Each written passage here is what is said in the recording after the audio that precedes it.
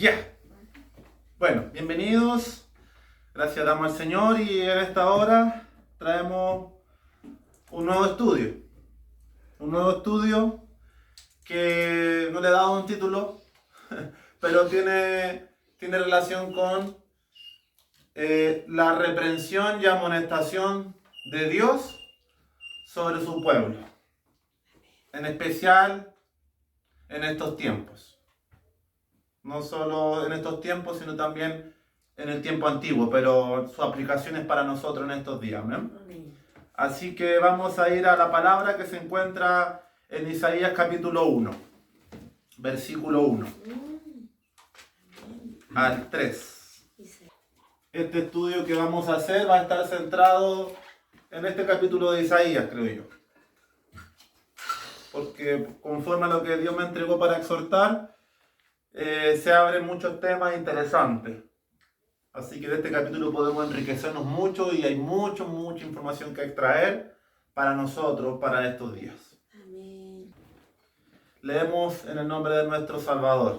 Amén. Visión de Isaías, hijo de Amós, la cual vio acerca de Judá y Jerusalén en días de Usías, Jotam, Acaz y Ezequías, reyes de Judá. Amén. Oíd cielos y escucha tú, tierra, porque habla Jehová. Crié hijos y los engrandecí, y ellos se rebelaron contra mí. El buey conoce a su dueño, y el asno el pesebre de su señor. Israel no entiende, mi pueblo no tiene conocimiento. Amén. Esa es la palabra que en esta hora vamos a exhortar. Y para dar una breve introducción acerca de este profeta, muy breve, como introducción entonces, diremos que la palabra Isaías o el nombre Isaías significa Jehová ha salvado. Aleluya. Jehová ha salvado. Ojalá todos pudiéramos vivir con esa convicción todos los días. Amén. Gloria a Dios. Y Isaías fue llamado como profeta de Dios alrededor del año 758 antes de Cristo y ejerció como tal hasta el año 700. Es decir, Isaías ejerció su ministerio y su rol de profeta por casi 60 años. Amén. Para el reino del sur, para Judá, para Jerusalén, pero sus mensajes se extienden a toda la nación de Israel. ¿Cuál es el contexto de esta palabra? Este profeta es muy lindo, muy especial, profeta que se caracteriza por hablar mucho acerca del Salvador, del Redentor, del Mesías, que en esos días todavía no había sido manifestado al mundo. El famoso capítulo de Isaías 53 nos trata de los padecimientos del siervo de Jehová, donde se profetiza su crucifixión y su muerte. El contexto de lo que vamos a hablar y de lo que acabamos de leer, aquí hay algo muy interesante. Porque este profeta inicia su ministerio en el año de la muerte del rey Usías. Un rey que venía de gobernar por más de 52 años en Judá, y el cual, conforme dice la palabra, dice que hizo lo bueno ante los ojos de Dios. Eso el inicio del llamado del profeta se encuentra en Isaías capítulo 6, donde allí se nos dice en el versículo 1 que el profeta fue llamado en el año que murió el rey Usías, donde el profeta tiene esta visión maravillosa de la gloria de Dios. Y para poder entender esta palabra y para poder enriquecernos grandemente, vamos a extraer algunas lecciones del rey Usías, que es el rey que fallece al inicio del ministerio de Isaías. O sea, en los días que Isaías es levantado como profeta, justamente este rey fallece, ¿ya? Y como les dije antes, fue un rey que venía de gobernar por más de 52 años. O sea, gobernó bastante tiempo. Y dice la Escritura que hizo lo bueno ante los ojos de Dios.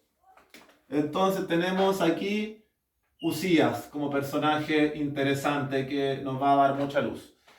Y no le voy a pedir que lea para poder avanzar y entregar todo lo que tenemos para este día, pero le dejo el antecedente, los versículos los voy a anotar con azul entonces.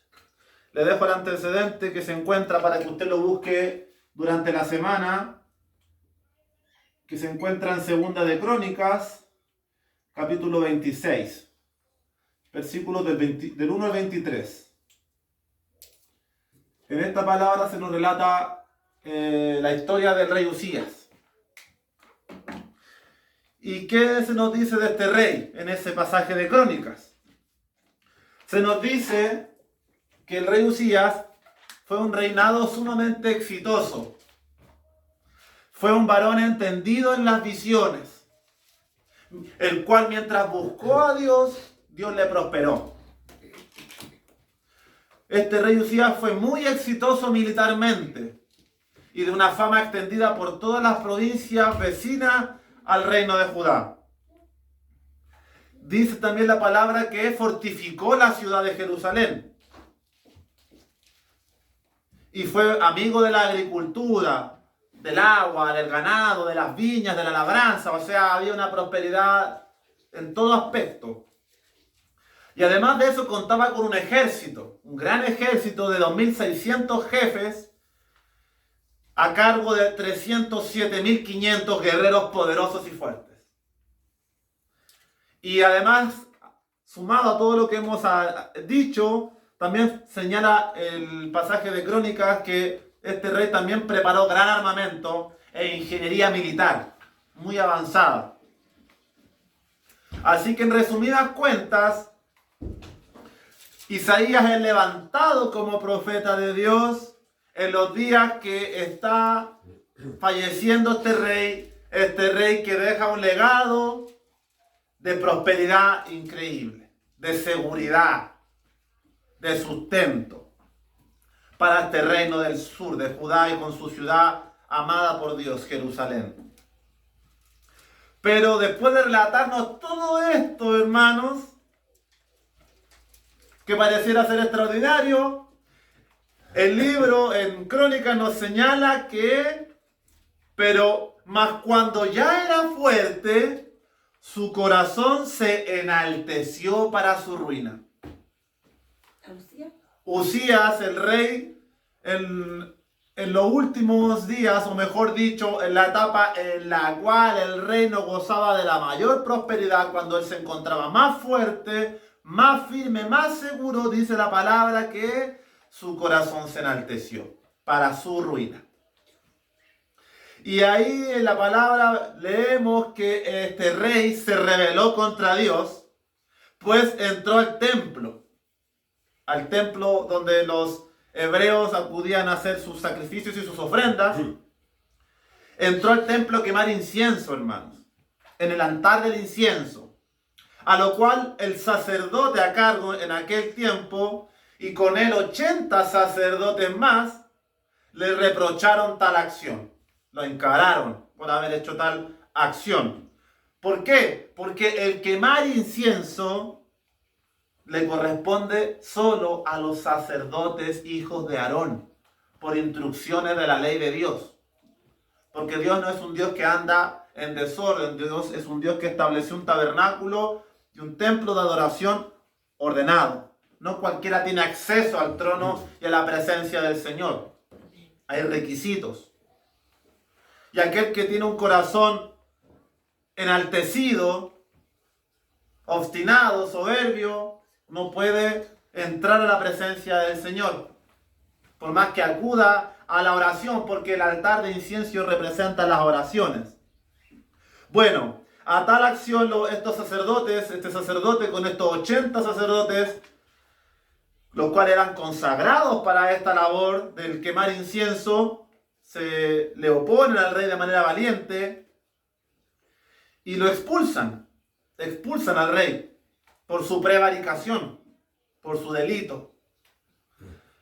Este rey se ensoberbeció con gran ira y en dicha ira que se levanta él contra los sacerdotes, dice la palabra que le brotó lepra en la frente. Dice que Jehová lo hirió de lepra en la frente. Y dice que Uzías fue leproso hasta el día de su muerte y vivió en una casa apartada. Un reino sumamente exitoso, militar, económico, de ingeniería, con gran ejército, poderoso, seguro, próspero, finaliza con el rey dándole la espalda de alguna manera a Dios, enalteciéndose para su propia ruina. Y esta historia del rey es muy interesante porque me presentó en el espíritu un paralelo con Isaías capítulo 1, o al menos con los versículos que vamos a leer hoy día.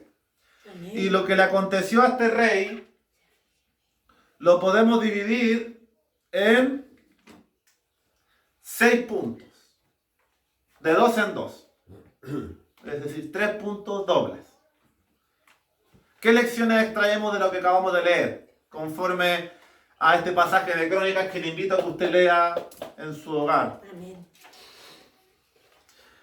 Los primeros 2 puntos dice o tiene relación con la gran prosperidad de la nación, el estado previo en el cual se encontraba este pueblo, y que mientras este rey buscó a Dios, fue prosperado.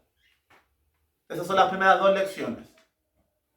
Lo segundo, que serían los tercer y cuarto punto, es que más cuando ya era fuerte, su corazón se enaltece. Y dicho estado le llevó a rebelarse. Eso es lo segundo, esos 2 puntos. Y lo tercero, también doble, es que fue herido por Dios por una lepra en su frente y finaliza apartado y murió inclusive de dicha enfermedad. Murió leproso. Le invito a que busquemos Segunda de Crónicas, capítulo 27, versículo 2. Debemos entender que como Uzías muere leproso, le sucede en el trono su hijo, Jotán. Cuando comienza el reinado del hijo de Uzías, Jotán, este versículo nos entrega el completo entendimiento para lo que vamos a estudiar hoy día.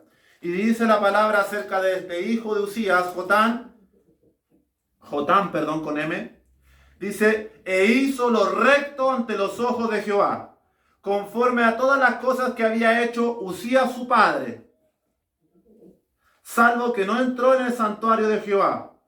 Pero el pueblo continuaba corrompiéndose. Ese antecedente que nos deja Crónicas acerca de cuando termina el reino de Uzías, que lo cataloga como un buen reino, y el de su hijo Jotán también, de la biografía que hemos leído y de los antecedentes que nos ha entregado este rey, y además de eso, del antecedente que nos entrega acerca del pueblo, que el pueblo, al igual que el rey, ya venía también en decadencia. También venía con una actitud corrompida, pues dice que cuando comienza el hijo, el heredero al trono, el pueblo continuaba corrompiéndose. Así que yo le decía que en esta historia de Uzías y en esta frase se encuentra la totalidad de argumentos para comprender este mensaje. Y el inicio del libro del profeta Isaías. Esta palabra corromperse es la palabra hebrea shashat, que significa ir a la ruina. Corromperse, hermanos, es ir a la ruina, al declive, a la propia destrucción. Así que con esta introducción y con estos antecedentes, con estos 6 puntos, que lo vamos a dividir que se van a dividir en 3 verdades, para el mensaje de hoy. Vamos entonces al mensaje de lleno ahora. Al desarrollo del mensaje. Adecuémonos inmediatamente al contexto de la palabra de Isaías en el versículo 2. Isaías capítulo 1, versículo 2. ya habiendo visto que el inicio del libro, lo que se describe el ejercicio del profeta de Dios en los reinados de estos reyes, y habiendo conocido un poquito el contexto y lo previo, para entrar a entender lo que Isaías comienza a expresar en su libro y en su amonestación al reino y a la nación de Israel, en el versículo 2 él decía: oíd cielos y escucha tu tierra. ¿Correcto? En este mensaje, en esta expresión, podemos notar nosotros, hermanos, que va dirigido a todo el pueblo. El hecho de que diga: oiga cielo y escucha tierra, sean todos testigos de lo que yo he hecho con esta nación, dice Dios. Porque cielo y tierra abarca toda la plenitud donde habitamos nosotros, amén. Y del cielo y la tierra también proviene el sustento y la bendición sobre nuestras naciones. La lluvia, el clima, todo lo que está bajo el cielo y la tierra forma parte de la sabiduría y la creación de Dios, y sabemos que dichas leyes en la naturaleza, Dios puede controlarlas, y por medio de estas puede traer sequía y otra serie de cosas a causa del pecado. Así que Dios, a través de estas palabras, le habla a todo el pueblo, a toda la nación. Habla Jehová, dice: crié hijos y los engrandecí, y ellos se rebelaron contra mí. Ese es un vivo retrato de lo que aconteció con Uzías. Un rey que fue criado, fue engrandecido, con gran prosperidad y éxito durante los días de su gobierno. ¿Y qué pasó con él? Se engrandeció, ¿cierto? Se enalteció. Y eso le llevó a rebelarse contra el Señor. Y aquí se comparte el paralelo entre el rey y el pueblo, donde Dios le dice a esta nación de Israel: crié hijos y los engrandecí, y ellos se rebelaron contra mí. De hecho, hermano, el último versículo del pasaje donde se retrata el reinado de Uzías, segunda de Crónicas, donde yo le contaba todo este éxito y esta prosperidad, el último renglón, antes de que la palabra nos diga, más su corazón se engrandeció y se enalteció. Lo último que señala, antes de eso, la palabra dice: y su fama se extendió lejos, porque fue ayudado maravillosamente hasta hacerse poderoso. Eso es lo último que leemos acerca de este rey antes de que caiga, que fue ayudado de forma maravillosa hasta hacerse poderoso. Es decir, antes de su caída y rebeldía, la mano de Dios estaba a favor de él, y no menor, porque la palabra que utiliza es maravillosamente. O sea, no usó cualquier palabra el escritor del libro. Esto nos lleva a nosotros, hermanos, a reflexionar acerca de este rey y acerca de esta nación que también gozó de esa misma prosperidad, porque cuando hay una nación en buena gobernanza y bajo bendición y prosperidad, el pueblo también participa. Por supuesto, el reino se gobierna a sí mismo. Todo el pueblo participa de la bendición y de la prosperidad y de la seguridad que ofrece. Pero aquí podemos ver que no solo el rey, sino también el pueblo se rebelan a pesar de todo esto contra Dios. ¿Cómo podemos explicarlo? En base a estos dos ejemplos que yo le doy, y además teniendo en consideración que Dios les llama hijos, crié hijos, les dice. Porque usted sabe que Israel fue una nación, un pueblo entero que fue enseñado en la ley y en el temor a Dios. De Israel estaban todos potencialmente nominados a ser herederos de las promesas de Dios. O sea, la totalidad del pueblo, criado y enseñado en la ley y en el temor, eran todos potenciales herederos y a todas las promesas de Dios. Pero lo que nos enseña la palabra a través de su salida en Egipto y a través de toda la historia de los profetas y de este pueblo es que solo unos pocos lo alcanzaron. No todos.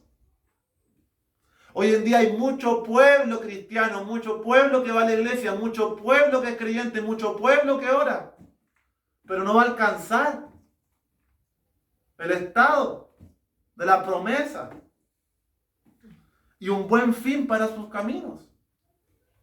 Que hoy estén bien, que hace 2 años hayan estado bien, no nos garantiza nada. Así es. ¿Cierto? Amén. Amén. Siempre lo menciono, pero no nos garantiza nada. Sobre todo aquí y quienes puedan tener la ocasión de oír, que lleven sirviendo al Señor una gran cantidad de años, eso no nos garantiza nada, hermano. Usías es el ejemplo vivo de esto. Amén. Usted mismo se sorprendió cuando yo le leí y después de todo esto le dije que se había enaltecido. Cuando debería haber sido todo lo contrario, ¿correcto? Amén. Y eso tiene relación con lo que dice la palabra, pues muchos son los llamados y pocos los escogidos. Qué interesante, y aquí vamos a ir descubriendo muchas más cosas. Bueno, como siempre sabemos, la explicación a todo esto está en una sola raíz. No puedo mencionar otra cosa porque la raíz es una sola. El aguijón que hay en nuestra carne. Ese es el problema nuestro. Ese aguijón, sea cual sea uno o sean varios, tienen un propósito. Pablo lo expresa en sus cartas a los Corintios. Dice él, para que no me enaltezca, para que no me engrandezca en sobremanera, para que yo no me engrandezca desmedidamente. Pablo dice que tiene un aguijón. No me voy a meter cuál es el aguijón y todo lo que se rumorea sobre eso. Pero lo que entendemos de aguijón es el pecado que está en nosotros, la rebelión y la capacidad de ser transgresores en cualquier momento. Y esta, como siempre les señalo, es una de las grandes claves del cristianismo y de seguir al Señor. Ser consciente de lo que somos. Y le invito a que pueda visitar el canal y ver la predicación acerca de la importancia del autoconocimiento. Amén. Donde en esa predicación Dios nos hace un examen, un espejo a lo que somos, para que jamás nunca, al vernos deteriorados en ese espejo, caídos, debilitados, enfermos, afligidos, abandonemos y sigamos en esa línea de transgresión y acumulando más ira de Dios sobre nuestra vida, sino que sepamos reconocer esa condición y arrepentirnos a tiempo. Pues la clave del cristianismo está en mantenerse siempre humilde, sea cual sea la circunstancia. No porque ahora estemos bien, es cada día, un nuevo afán y un nuevo mero en el Señor. Y esto es lo que tiene relación con los 2 primeros puntos del rey Usías. La gran prosperidad terrenal y que mientras buscó a Dios le prosperó. Mientras buscó a Dios. Aquí no hay, como hacía la Iglesia Católica en el tiempo antiguo, la venta de terrenos tiene un nombre. Justo se me fue el nombre de la palabra que usa, que es un término técnico, un término legal, para que los ricos pudieran comprarse herencia en el cielo. La venta de indultos. Las indulgencias. Yo publicaba una noticia acerca de John Huss, un mártir de la fe que fue quemado en la hoguera por denunciar al papado de la Iglesia Católica en esos años 1400, 1500, lo cual le costó su vida ser quemado en la hoguera. Y él dice una frase espectacular: es mejor herir con la verdad que matarlos con la mentira. Amén. Gloria a Dios. Una gran lección espiritual, porque muchas veces como hijos de Dios tenemos temor de herir por decir la verdad. Hermano, no me gusta esto. No me gusta esto de ti. Esto está mal, esto en tu vida. Amén. Amén. Tenemos miedo a confrontar para no herir y que el otro no me rechace y me cause un conflicto y un problema. Pero mi silencio es peor, porque mi silencio es ser partícipe y cómplice de la muerte de esa persona. Así que yo le hablaba de que le mencioné ese tema de la venta de indultos que hacía la Iglesia Católica para ganarse una supuesta herencia, cosa que no tenemos garantizada. Entonces no funciona de esa manera. Usted no sirve a Dios por el entorno que le rodea, hermano. Su vida en Cristo no depende, ni su fidelidad al Señor no depende, ni se miden por cuánta prosperidad económica usted alcance. Eso es solo un añadido a su promesa. El sustento garantizado. No he visto justo desamparado ni su simiente que mendigue pan. Y si a Dios le vale probarnos, puede desmoronarse toda nuestra prosperidad. Si Dios le vale que usted quede sin trabajo y pierda todo y se vaya a la calle, con tal de que rescate su alma, vale la pena. Amén. Pues usted está en un peligro de arruinarse y de caer en el mismo error de Israel y de Usías. Y aquí entra el ejemplo potente y poderoso para Chile y las naciones de habla hispana. Y esto es lo que me encanta a mí de Isaías, este profeta que tiene la capacidad de entregar un mensaje contemporáneo, adelantado al tiempo. Y un profeta que es digno de investigar porque su mensaje es para estos días. Sí, Señor. Es un libro que tiene el Apocalipsis de Isaías, tiene las revelaciones del milenio, tiene una serie de antecedentes, pero también nos retrata la condición de las naciones del habla hispana, América en particular. Amén. Chile y nuestros vecinos de América son todas naciones que en los tiempos anteriores gozaron de la prosperidad, gozaron de la bendición, gozaron de muchas cosas, que quizás con ciertos defectos porque el ser humano es imperfecto, pero hoy, con lo que estamos viviendo, hoy somos capaces de mirar atrás y decir, realmente estábamos en la gloria. Sí, Señor. A lo que hoy está entrando a vivir el mundo, a la agitación, a la ola ideológica, a la corrupción, a los crímenes y a todo lo que está pervirtiendo todo nuestro continente, hoy podemos mirar atrás como este Israel y decir, realmente en el pasado gozamos de días buenos, mucho más tranquilos. Todo tiempo pasado fue mejor. Y hermano, todo Occidente, todas estas naciones vecinas tienen sed de días mejores. Pero como dice el profeta, no va a suceder eso. ¿Por qué no va a suceder eso, hermano? Porque las naciones se han rebelado contra Dios. Y todo lo que vemos que está aflorando, todas estas tinieblas que están subiendo como la espuma por las naciones, por nuestros barrios, por nuestros hogares, por nuestros trabajos, toda esta ola y asedio de las tinieblas, Dios lo permite, por supuesto. Porque hay un perfecto equilibrio en el cual Dios administra las cosas. Y si Dios permite que esto fluya con más fuerza, no podemos decir, no, es que llegó el tiempo y se va a cumplir lo que está escrito. Claro que sí, pero se va a cumplir por la depravación y la degradación del ser humano. Si el humano no estuviera depravándose, si la sociedad y las naciones no estuvieran pervirtiendo sus caminos, Dios extendería más su tiempo. Pero Dios está mirando y está observando de que estamos dirigiéndonos a un precipicio. La peor, avanza en vez de... Y como dice la palabra, el Señor dice, crié hijos y los engrandecí y ellos se rebelaron contra mí. Esas palabras en el original es nutrir y criar. Ojo con esto, porque aquí nos habla de que en particular, hermano, en esta palabra y en estos mensajes, lo que estamos hablando es un juicio sobre los creyentes, sobre los conocedores, sobre los que han caminado, han ido a una iglesia, han participado de un evento de jóvenes, sea cual sea lo que hayan hecho durante sus vidas. Toda América ha participado más de un 90-80% en algún momento de actos, actividades cristianas. Conocedores de la Biblia, enseñados. De alguna manera toda América es llamado, como todo Israel, a ser salvo. Pero, como le dije, pocos son los que van a alcanzarlo. Y que muchos hayan gozado de unos ministerios buenos, y prosperidad, y bendición, y iglesias grandes, y una serie de cosas. Muchos de esos, ¿cuántos han apostatado, hermano? Han retrocedido.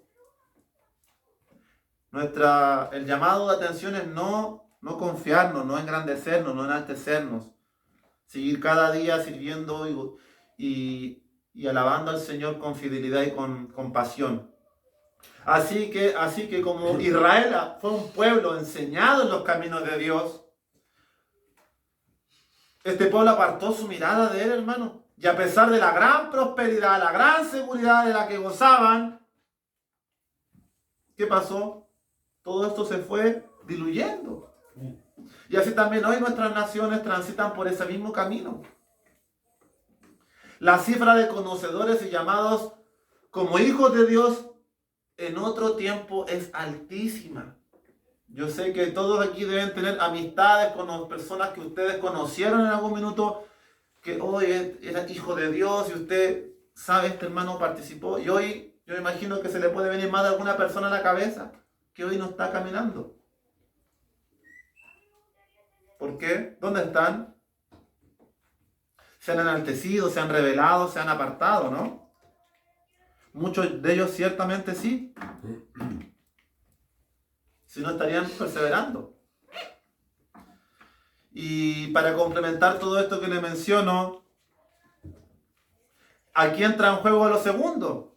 El segundo punto del mensaje, que era cuando era fuerte, su corazón se enalteció. ¿Y qué pasó? Se rebeló contra Dios. Y de alguna manera este mensaje, como le decía anteriormente, va dirigido a todos aquellos que han participado de la providencia, de la bendición de Dios en mayor o menor grado. Este mensaje es para todos aquellos que han sido partícipes. Y esto lo vamos a examinar con un pasaje que viene muy bien a lo que hemos estado hablando, que se encuentra en Hebreos, capítulo 3, versículo 14. Dice así la palabra en Hebreos: porque somos hechos participantes de Cristo, con tal que retengamos firme hasta el fin nuestra confianza del principio. Entre tanto que se dice: si oyereis hoy su voz, no endurezcáis vuestros corazones como en la provocación. Amén. Es decir, aquí lo principal es el 14. El 15 lo agregué porque en un futuro estudio vamos a tocar estos temas, pero el 14 es el central, donde, mire lo que dice la palabra: somos hechos participantes de Cristo, con tal que retengamos firme hasta el fin nuestra confianza del principio. Esta palabra participante es la palabra griega metochos, y significa un socio, un asociado, mantenerse activo, es decir, un participante de Cristo, un socio del Señor, un activo en el Evangelio. Pero hay una condición aquí. ¿La aprecia usted? Dice: somos hechos participantes de Cristo. Amén, gloria a Dios. Pero aquí viene una condición. Amén. Con tal. Sí, Señor. Amén. Aquí no estamos discutiendo si la salvación se pierde o no se pierde, que es un tema que siempre saca chispa, pero yo aquí lo veo en la perseverancia. Esta es la respuesta a ese debate. Sí, Señor. Con tal, dice, con tal que retengamos firme hasta el fin. Ese es el requisito para ser salvo. Retener, aguantar. Y hoy estamos en eso.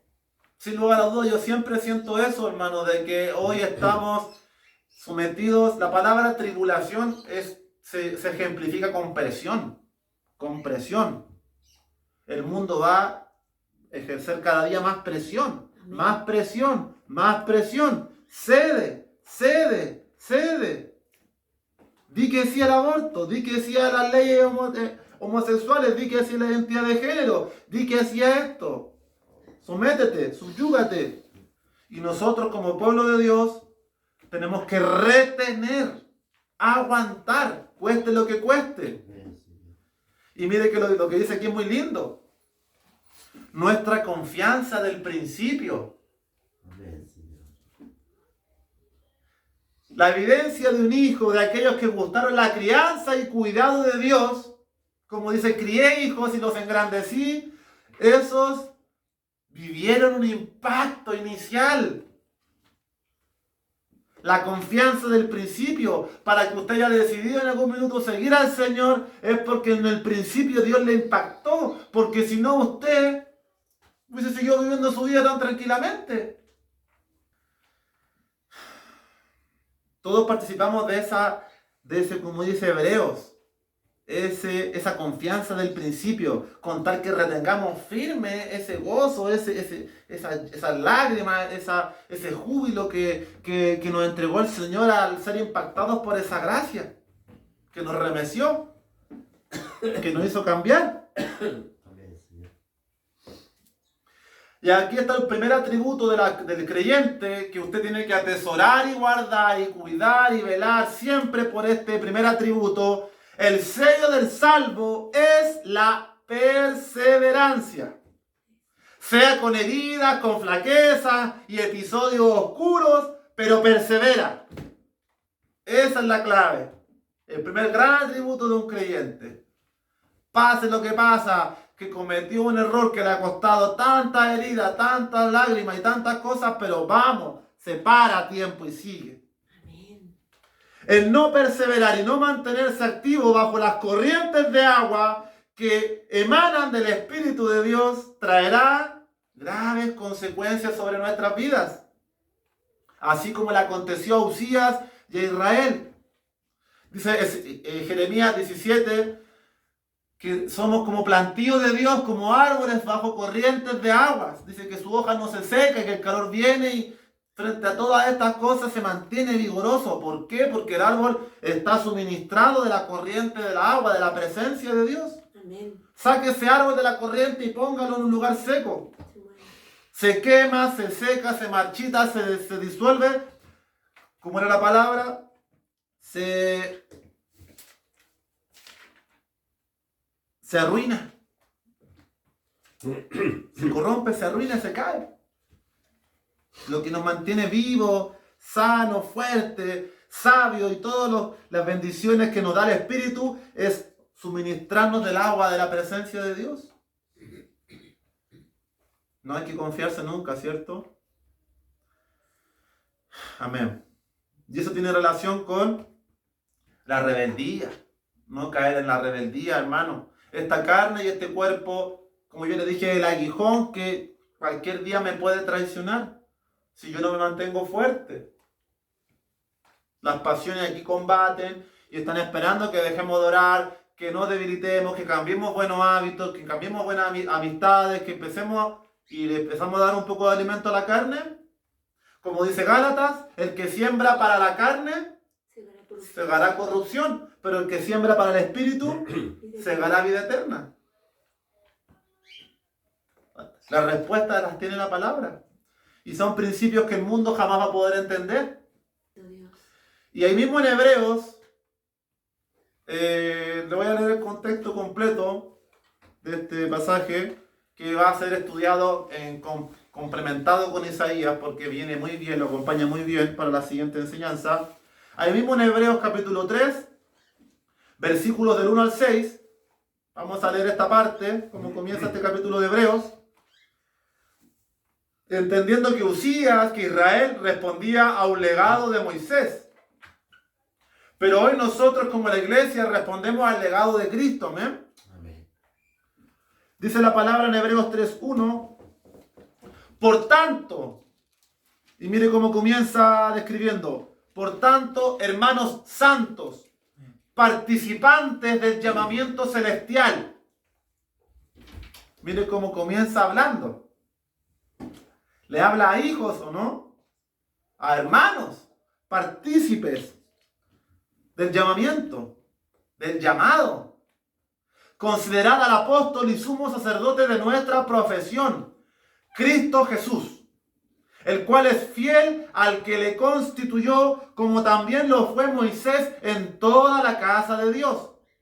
porque de tanto mayor gloria que Moisés es estimado digno este, cuanto tiene mayor honra que la casa el que la hizo. Porque toda casa es hecha por alguno, pero el que hizo todas las cosas es Dios. Y Moisés, a la verdad, fue fiel en toda la casa de Dios, como siervo para testimonio de lo que se iba a decir. Pero Cristo, como hijo sobre su casa, la cual somos nosotros, y esto es lo que yo quiero rescatar esencialmente, pero vamos a ver el contexto. Si retenemos firme hasta el fin la confianza y el gloriarnos en la esperanza. Amén. ¿Por qué le leo este pasaje?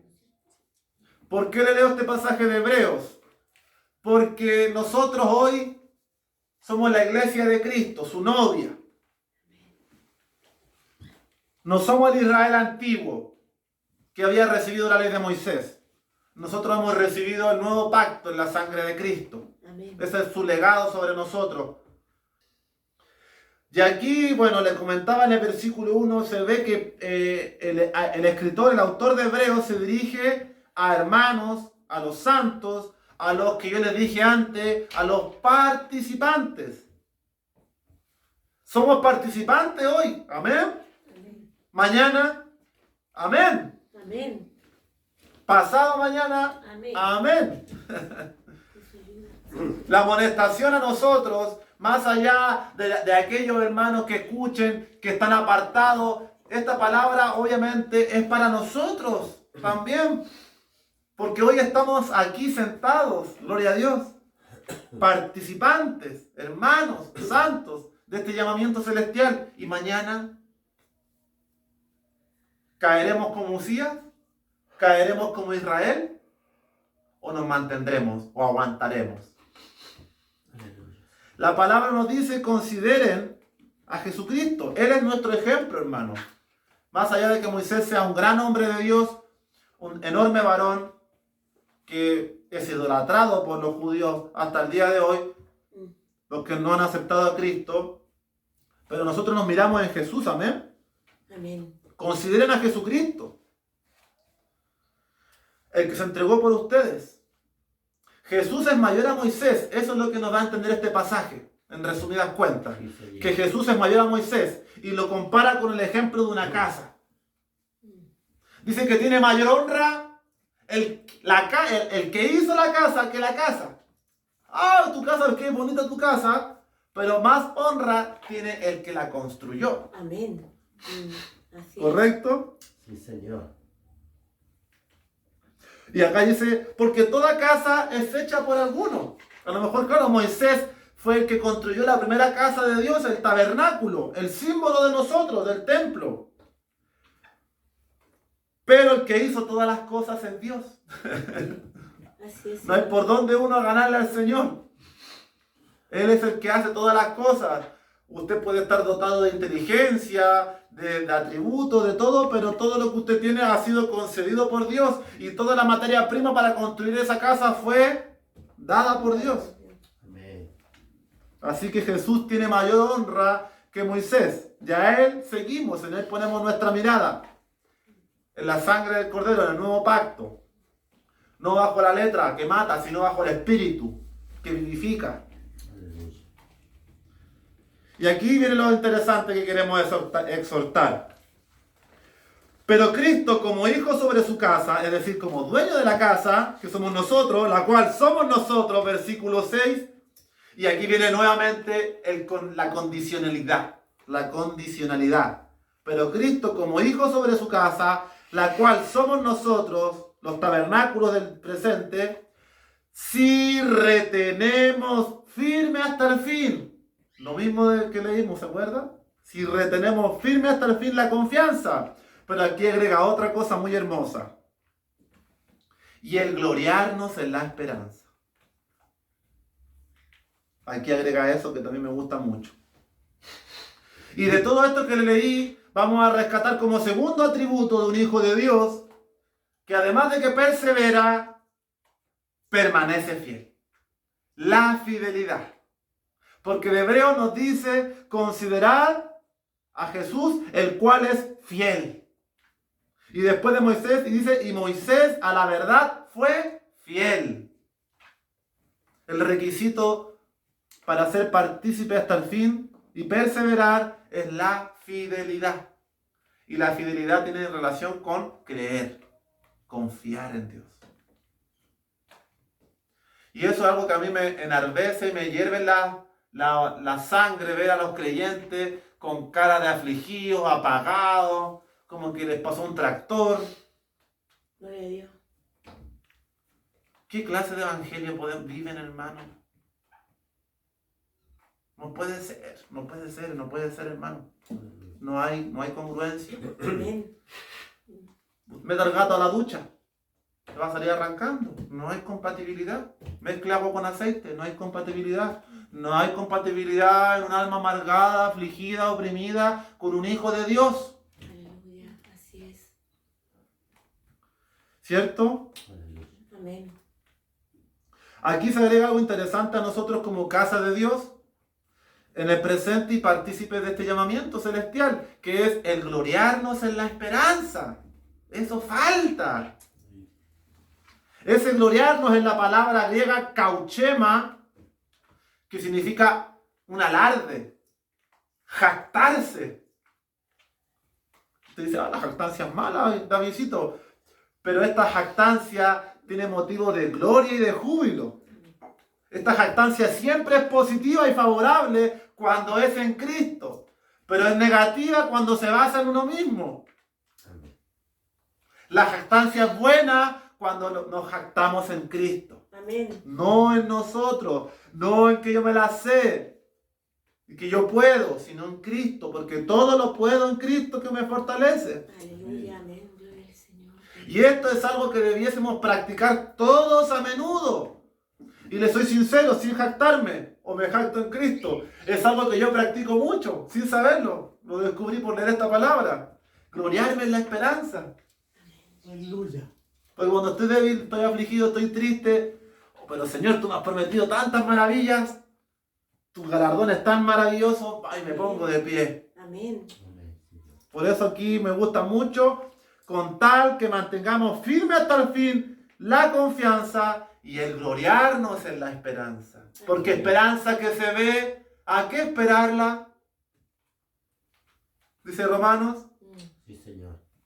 Esperanza que se ve, ¿a qué esperarla? Ya está, ahí, no hay esperanza. Ya está ahí. Dios nos sujetó a esperanza. Para que más lo que no vemos, con paciencia, dice, lo aguardamos. La esperanza no la hemos visto, no hemos sido redimidos, pero nos gloriamos en ella con fe, con confianza de que la vamos a ver, porque le creemos a Dios. Porque si no me glorío en esa esperanza es porque falta mucho. ¿Cierto? Y finalizamos todo este mensaje con Isaías capítulo 1, versículo 3. Habiendo examinado todo esto, hermanos, de lo que Dios amonesta a todos los hermanos que han sido llamados a ser partícipes. Y a nosotros hoy que estamos aquí, no dar pie atrás, no claudicar, perseverar, mantenerse fiel. Porque vienen días malos, siempre lo sabemos de antemano. Pero Dios no nos va a desamparar. Isaías 1:3 dice así: el buey conoce a su dueño y el asno el pesebre de su señor. Israel no entiende. Mi pueblo no tiene conocimiento. Y aquí como que ya se pone bien interesante, más todavía todo esto. De esto vamos a hablar bastante más adelante. Mire, y aquí entra el tercer punto de lo que rescatamos de Usías, que fue herido por Dios con lepra en su frente y finalizó apartado y murió por dicha enfermedad. Esos son los últimos dos puntos, amén. Hemos visto los otros 4. Gran prosperidad en un principio, y mientras buscó a Dios le prosperó. Y luego, cuando era fuerte, su corazón se enalteció y se rebeló contra Dios. ¿Cuál fue su fin? Herido por Dios con lepra en la frente y finalizó apartado y murió de dicha enfermedad. En este versículo continuaremos la próxima enseñanza con mucho más antecedentes, pero ahora vamos a terminar señalando ciertas cosas. Dice aquí, el buey conoce a su dueño y el asno el pesebre de su señor. ¿Qué significa esto, hermano? Dicho de otra forma, la Biblia aquí nos presenta una analogía. Nos dice que una bestia y un animal tienen mayor entendimiento y saben distinguir lo que les conviene, a diferencia de un pueblo endurecido por el pecado. Amén. Una mula, un asno, un buey es más inteligente que el ser humano, Así es. que sabe reconocer el pesebre de su señor, donde está el alimento, y el buey que conoce a su dueño, que lo cuida. Así es. Pero el ser humano, hoy en día, y muchos hijos allá afuera, engrandecidos y endurecidos contra Dios, son peor que una bestia, conforme a lo que dice la palabra. No tienen conocimiento, no entienden, no saben distinguir. Y aquí está la palabra espectacular, que justamente yo hablaba de esto en mis últimas publicaciones y Dios me la trajo porque de esto vamos a tocar, yo espero que harto. Dice Israel, Usías, o pongan el apellido que usted quiera ahí, no entiende. Mi pueblo no tiene conocimiento. Y esa palabra conocimiento es la palabra discernimiento. Amén. Discernir es el acto de juzgar, distinguir, la capacidad de ver más allá. Yo le llamo una definición propia, la capacidad de ver más allá, distinguir, hermano. Y este es uno de los atributos más importantes que nos concede el Espíritu, pues es lo único que nos permite ver más allá de lo físico, y en especial del disfraz del mal. ¿Se acuerdan lo que leíamos en otra enseñanza? Satanás se disfraza como ángel de luz y sus ministros se disfrazan como apóstoles de justicia. ¿Cómo podemos diferenciar un buen terno, unos zapatos limpios, una buena corbata, un rostro impecable, una Biblia en el codo, un púlpito, una iglesia? ¿Cómo puedo yo distinguir si ahí está la verdad, la sana doctrina, el genuino evangelio predicado por los apóstoles y por los profetas? Con el discernimiento. La capacidad, los sinónimos de diferenciar, percibir, siempre usamos esa palabra, percibo algo en esa persona. Discernir, entender y juzgar. Y los antónimos al discernimiento son la confusión, la ignorancia, vacilante, que no sabe para dónde va el camino. Y esta capacidad de no tener conocimiento, de decir, no tener un buen discernimiento, es lo que puede llevar, sin lugar a dudas, a la ruina completa de una nación y de una persona, y a cualquiera de nosotros, hermano. ¿Sí o no? Sí. Porque si no sabemos discernir, no vamos a ser capaces de saber tomar buenas decisiones. No vamos a saber distinguir lo bueno de lo malo. En un mundo lleno de información, de agendas progresistas y de ideologías, es necesario afinar esta facultad para diferenciar la verdad de lo correcto. ¿Cierto? La verdad del error. Y Corintios, siempre un citado, se lo leo yo rápidamente, 1 Corintios 2, 14 y 15, un versículo popular. Pero el hombre natural no percibe las cosas que son del Espíritu de Dios, porque para él son locura y no las puede entender porque se han de discernir espiritualmente. En cambio, el espiritual juzga todas las cosas, discierne todas las cosas, pero él no es juzgado de nadie. ¿Qué nos dice este pasaje de Corintios? Que a nosotros como pueblo, como partícipe de la presencia, de las bendiciones del Señor, Dios nos ha dotado de su espíritu. Un espíritu que tiene la facultad de discernir, de juzgar con justo juicio.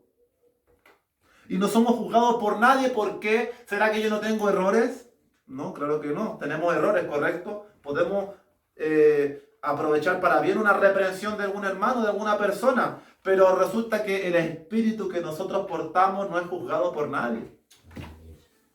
En eso se basa. Amén. Y es importante el discernimiento, pues vivimos en una sociedad, como dice el libro contemporáneo, futurista y moderno de Isaías. A lo malo le llaman bueno, a lo bueno malo, a lo amargo dulce, a lo dulce amargo, a las tinieblas luz y a la luz tinieblas.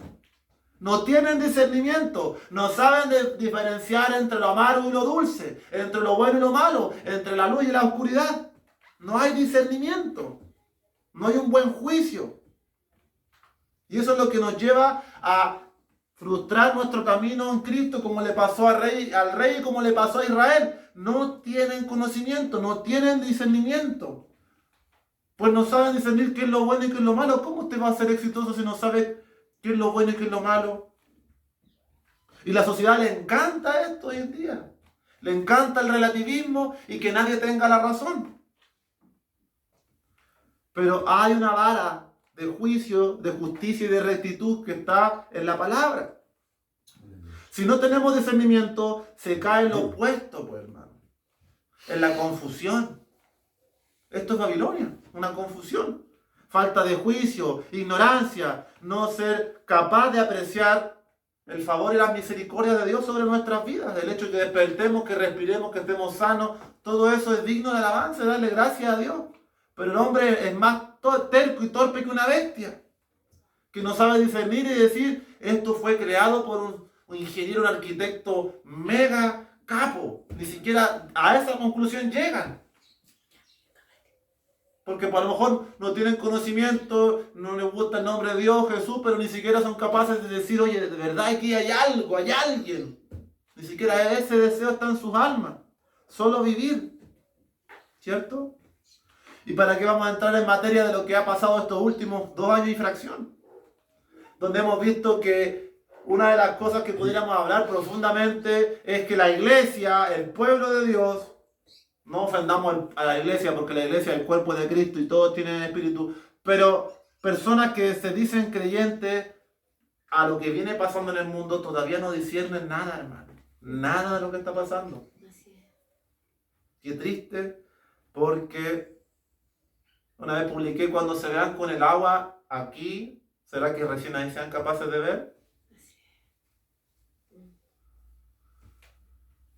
Detrás de tantas estrategias, porque tenemos que entender, hermano, tenemos que entender y aprender a pelear con las tinieblas y ser capaces de decir, conforme a la Escritura, que la tiniebla se disfraza. Se disfraza. Y sus medidas, sus planes, sus agendas, sus ideologías, sus maquinaciones, sus estratagemas y todas las cosas de las tinieblas, siempre va a haber una parte que usted le puede engañar y decir, mira, si es correcto, mira, si es bueno, mira, si es luz. Solo el espiritual juzga todas las cosas y sabe ver tras el error. Y eso tenemos que afinarlo cada día más. Y eso fue parte del estudio que entregamos. Discernir cómo operan los medios de comunicación, discernir cómo opera la ONG, discernir cómo opera este mundo. ¿Y por qué Israel pereció? Porque no tenía conocimiento. Amén. Hermano, amamos el mundo, estamos aquí, vemos tele, vemos Netflix, vemos películas y no somos capaces de enterarnos de lo que pasa en el mundo. Sí, Señor. ¿No le parece irónico eso? Sí. No, mijito, sin la palabra nomás, no se meta, si el mundo te perece la palabra. Pero mi hermano, todo lo que tenemos que entender para la vida espiritual viene de este mundo. Este mundo es el que nos va a querer engañar, seducir y portar un traje y una apariencia. Si no conocemos más allá lo mínimo, no vamos a tener capacidad de discernir detrás de las cosas que están pasando. ¿Correcto? Y finalizamos, hermano, y con lo último que ya va a ser para el siguiente estudio con más profundidad, lo que se encuentra en los versículos 4 al 6 de Isaías. Isaías 1, versículos 4 al 6, que tiene relación con la enfermedad de Uzías y su triste fin. Con ese enaltecimiento, con esa rebeldía, con ese endurecimiento, ir a la ruina, hermano. Y dice Isaías 1, versículos 4 al 6. Oh gente pecadora, pueblo cargado de maldad, generación de malignos, hijos depravados, dejaron a Jehová, provocaron a ira al Santo de Israel, se volvieron atrás. ¿Por qué querréis ser castigados aún? ¿Todavía os rebelaréis? Toda cabeza está enferma y todo corazón doliente. Desde la planta del pie hasta la cabeza no hay en él cosa sana, sino herida, hinchazón y podrida llaga. No están curadas ni vendadas, ni suavizadas con aceite. Hermano, este es el destino de todos aquellos que al hacerse fuertes, que al engrandecerse, le dan su espalda a Dios. Se rebelan y se endurecen en su corazón contra el Señor. ¿Qué destino hay sobre ellos? Enfermedad, herida, hinchazón y podrida llaga. ¿Dónde? En sus frentes, en sus corazones, es decir, en sus mentes, como le pasó a Usías. De ahí yo entendí por qué la lepra le brotó en la frente, porque le brotó de la facultad de la mente, del corazón. Su corazón se había enfermado, se había engrandecido, se había endurecido y se había rebelado contra Dios. Por eso le brotó la frente, símbolo de la mente. Así es. No hay aceite del Espíritu para ser sanadas, ni vendadas, ni suavizadas. Si fueron hijos, entendemos que, como dice Tesalonicenses, no apaguéis el Espíritu. Fueron hijos, fueron criados, fueron nutridos, fueron alimentados, pero hoy ese espíritu se encuentra apagado y no hay solución ni aceite para vendar, para curar y para sanar esas heridas. ¿Correcto? Correcto. Y aquí dejamos también como tarea pendiente, dice, y le mencionaba a Andresito en la semana, mire versículo 4, lo que Dios me mostraba y me revelaba, la degradación o la corrupción progresiva del ser humano. Oh gente pecadora, 1, pecado. Primer estado, pueblo cargado de maldad. Segundo estado, después del pecado, si persiste, es maldad. Generación de malignos. Tercer estado, ya después del pecado y la maldad, viene la malignidad. Hijos depravados. Maldad, pecado, maldad, malignidad, depravación. Todos aquellos que están apartados del camino de Dios y los que están en el mundo, o están bajo pecado, o bajo maldad, o bajo malignidad, o bajo depravación. Obviamente los más depravados son nuestros asesinos que no tienen amor y piedad por nadie. Ese es el estado al cual puede llegar su alma si se rebela, se enaltece y se aparta del camino del Señor. Y también aquí habla de provocaron a ira al Santo de Israel. Y eso tenía relación con un pasaje que la otra semana vamos a leer. Y me despido con esto, se lo voy a leer yo, para que vengamos más o menos enterados de lo que vamos a seguir hablando. Que está en el mismo Hebreos capítulo 3, versículos 7 al 11, que tiene relación con esta degradación y con este provocar a ira al Señor. Dice Hebreos 3:7, a todos nosotros que estamos aquí, no los que están afuera, por lo cual, como dice el Espíritu Santo, si oyereis hoy su voz, no endurezcáis vuestros corazones, como en la provocación en el día de la tentación en el desierto, donde me tentaron vuestros padres, me probaron y vieron mis obras 40 años, a causa de lo cual me disgusté contra esa generación, y dije, siempre andan vagando en su corazón, y no han conocido mis caminos. Por tanto, como dice aquí Isaías, juré en mi ira, no entrarán en mi reposo. Son muchos los llamados, pocos los escogidos, muchos llamados a participar, pero pocos van a alcanzar el reposo de Dios. Bendito el Señor. Y hoy nos habla Dios a nosotros, que estamos participando, que estamos aquí, que estamos gozando de esta bendición, para que nos mantengamos firmes con todas estas lecciones. No nos vamos a apartar, vamos a seguir adelante, porque como dice la palabra, Israel no tiene conocimiento, pero nosotros estamos aquí recibiendo alimento y conocimiento, leche, alimento para nuestro espíritu, para no caer en el error, amén. Amén, amén. Y dice aquí, no endurezcáis, donde me probaron y vieron mis obras 40 años. ¿Cuánto tiempo Israel vio la providencia y la bendición de Dios bajo Usías? 53 años.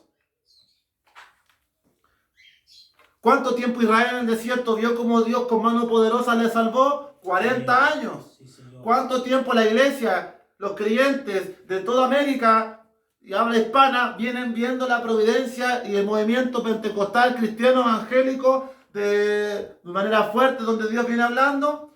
40, 50 años. Amén.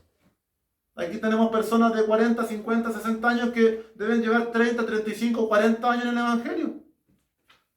De ahí que viene todo ese mover, al igual. Pero, dice el Señor, para todos los rebeldes,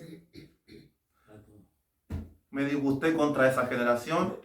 Siempre andan vagando en su corazón, no tienen discernimiento, no pueden ver más allá, se han tragado las mentiras y el disfraz del maligno. Por tanto, no han conocido mis caminos. Y juré en mi ira, no van a entrar. Tengamos cuidado, hermanos. Sigamos firmes y adelante. La iglesia está siendo purificada, limpiada de todas aquellas cosas que Dios necesita sacar para que su novia sea recibida y arrebatada a los cielos. Amén. Que el Señor nos bendiga grandemente en esta hora. Amén. Amén.